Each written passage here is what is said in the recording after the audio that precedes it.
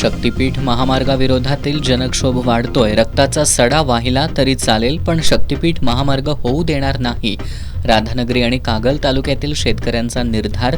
तर पन्हाळा तालुक्यातील पोहाळे तर्फे आळतेमधील ग्रामपंचायत पदाधिकारी, सहकारी संस्थांचे पदाधिकारी आणि शेतकरी महामार्गाविरोधात एकवटले. फुले शाहू आंबेडकर यांच्या विचारानं काम करत विद्यापीठातील प्रश्न सोडवू.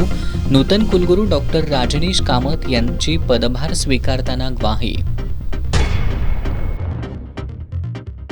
नवभारत नवराष्ट्रच्या वतीनं डी.वाय. पाटील ग्रुपचे अध्यक्ष डॉक्टर संजय डी. पाटील यांचा प्रतिष्ठित सोशल इम्पॅक्ट अवॉर्ड 2026नं सन्मान. ग्रामीण भागापर्यंत गुणवत्तापूर्ण शिक्षण पोहोचवून सामाजिक परिवर्तनासाठी दिलेल्या अमूल्य योगदानाबद्दल उच्च आणि तंत्रशिक्षण मंत्री चंद्रकांत पाटील यांच्या हस्ते गौरव. दर्याचे वडगाव ग्रामस्थांनी करवीर पंचायत समिती कार्यालयाला ठोकलं टाळं. रोजगार हमी योजनेच्या कामांना मंजुरी मिळत नसल्यानं व्यक्त केला संताप.